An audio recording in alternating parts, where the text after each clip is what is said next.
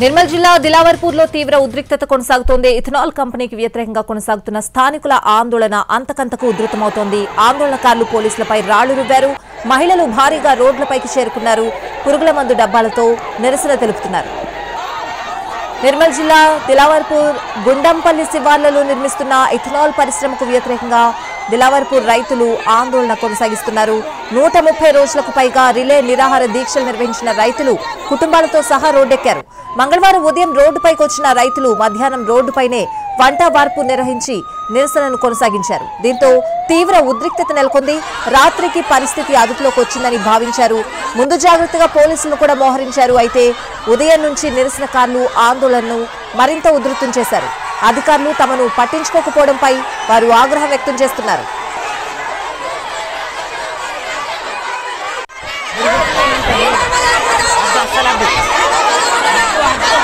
ఇదే అంశానికి సంబంధించిన పూర్తి సమాచారం మా ప్రతినిధి సారంగపాణి అందిస్తారు.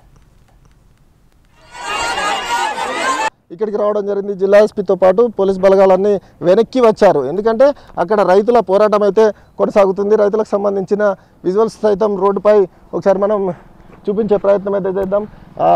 ఈ వాహనాలకు సంబంధించి పోలీసు వాహనాలు, అదేవిధంగా పోలీసులంతా రైతులకు కొద్ది దూరంలో వచ్చి ఉండడం జరిగింది. రాళ్ళు రువ్విన నేపథ్యంలో వాళ్ళంతా దూరం వచ్చి ఉన్న పరిస్థితి అయితే కనిపిస్తుంది.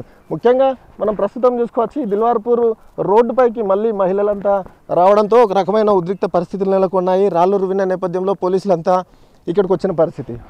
రైతులకు సంబంధించి మహిళలు అయితే ముఖ్యంగా మహిళలు పురుగుల మందు డబ్బాలతో వచ్చి తమ పోరాటాన్ని కొనసాగిస్తున్న పరిస్థితి అయితే కనిపిస్తుంది. అయితే రాజకీయ నాయకులకి ఎవరికి చెప్పినా ఎన్నికల తర్వాత ఇప్పుడు ఎవరు కనిపించకపోవడం మూలంగా వాళ్ళు నిన్న నేతలు కనిపించట్లేదంటూ ఏకంగా ప్లకార్డులు ప్రదర్శిస్తూ తమ నిరసనను వ్యక్తం చేశారు. ప్రస్తుతం అయితే చూసుకోవచ్చు, అక్కడ జాతీయ రహదారి పైన ఏదైతే ఉందో అక్కడ మహిళలంతా తమ పోరాటాన్ని కొనసాగిస్తున్న నేపథ్యంలో అక్కడ రాళ్ళు రువ్వితే పోలీసులు కొద్ది దూరానికి వచ్చి ఇక్కడ ఉండడం జరిగింది. అయితే నిన్న ఆర్డీఓ వాహనానికి ఏదైతే రాళ్ల దాడి చేసి ధ్వంసం చేశారో ఆ తర్వాత ఉదయం నుంచి పోలీసులు మళ్ళీ ఈ ఆందోళనకారులు ఆందోళన చేసే అవకాశం ఉన్న నేపథ్యంలో వాళ్ళు అరెస్ట్ చేస్తే ముందస్తు అరెస్టులకు పోలీసులు వెళ్తే గుండంపల్లి, దిల్వార్పూర్తో పాటు మరో 2 గ్రామాలకు సంబంధించిన వాళ్ళు ఎవరైతే ఉన్నారో వాళ్ళకి సంబంధించి వాళ్ళను